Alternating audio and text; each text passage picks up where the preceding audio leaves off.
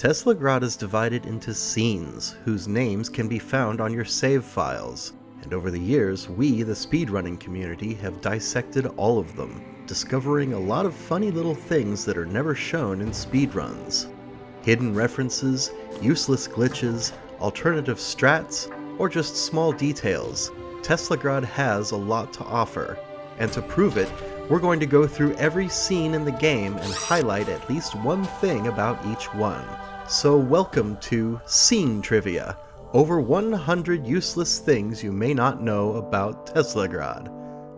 Part 1, because nobody except us wants to hear us ramble about Teslagrad for 1 hour straight. Let's get started. The intro cutscene. In early development, the guards had a more exaggerated running animation that was tightened up later, but it can still be seen here. Here's a side-by-side comparison. According to Bast, one of the devs, this was changed because the original animation makes the hitbox more difficult to understand for the player. In his words, see how the lower one constantly breaks outside of the box? That'll make his position really hard to read in-game. Home. In Teslagrad, there are 3 types of walls that TeslaKid can climb. Vines, ladders, and for some reason this particular balcony. Scales. You normally can't see it in-game, but there's another poster off-screen to the left, shown here with a mod that lets us control the camera. You can also see a difference in lighting between this one and the others. And despite the silent storytelling, you'll see some Norwegian text here and there. These posters, for example, read Tesla Betrayal and Forward, Electropia's Future. Then we have another Betrayal.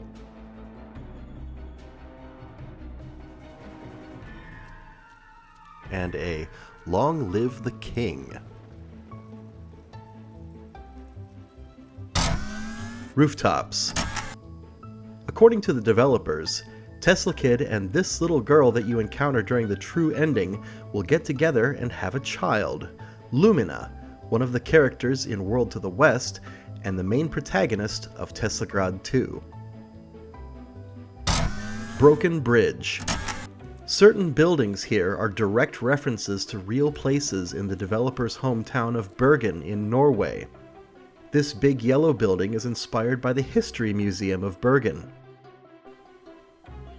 If you continue your way across the bridge, you can also find the Bergenhus Fortress and the Rosenkrantz Tower, 2 other ancient monuments of Bergen. Chimneys. Even if it doesn't look like it, this place is a safe spot to hide from the guards that chase TeslaKid. This happens because of an invisible stop trigger that halts the guard's movement. Hidden in plain sight. Balconies. If you jump on a guard that's standing on a balcony, he'll just clip through the wall.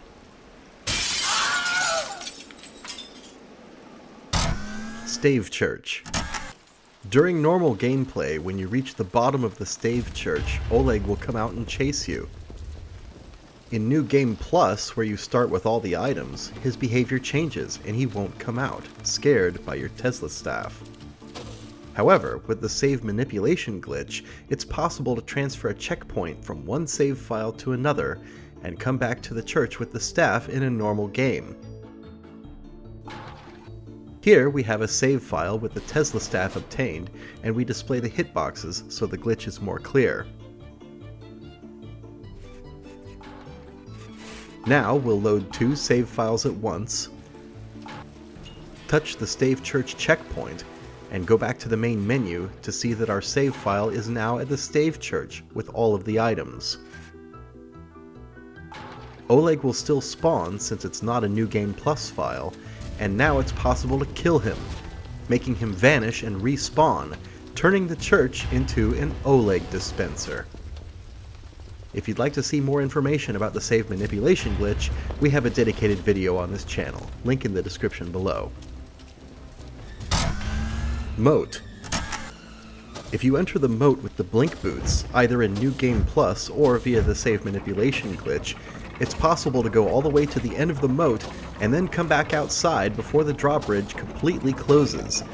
And the game is really not happy about it, making the drawbridge violently fall.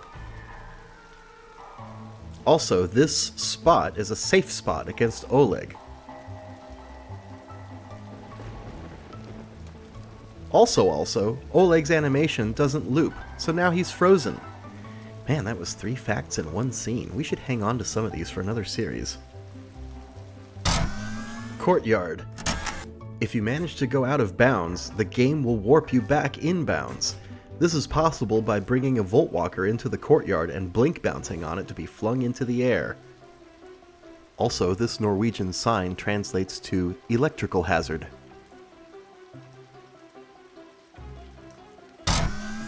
Classroom. This iron louse is one of the few objects in the game that does not reset when you leave the room. Here you can see that it keeps its polarity, even if we leave and re-enter. Note that the Voltwalker has been reset since it's back to his original position. Levitation. Okay, this one is a bit silly, but have you ever noticed that there's a human-shaped hole in the background wall? It's like in the old cartoons. 9 years of playing this game, and I can't believe we only noticed this a couple of days ago.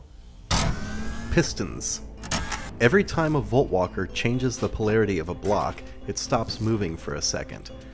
By manipulating the polarity of these blocks, it's possible to make the first Voltwalker collide with the second one. As a result, it will turn back and create a traffic jam. In the end, it will force a Voltwalker to spawn inside another, creating a monstrous double polarity walker.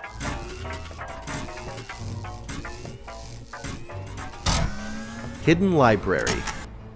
This checkpoint is one of the few checkpoints that can be avoided without any glitches. You can simply jump over it. You can then take the scroll and reload your save file. You'll still have the scroll, but you won't be in the library since you never touched the checkpoint.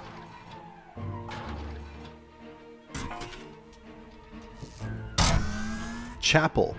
The first time you enter the chapel, you can see and hear Oleg walking behind the stained glass.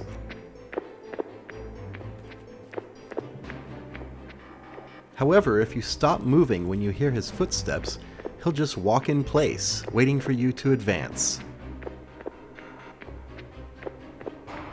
That's it for part 1. We hope you enjoyed this video and have learned some new things about Teslagrad. Thank you for watching, and keep an eye out for part 2 of Scene Trivia and more Tesla stuff.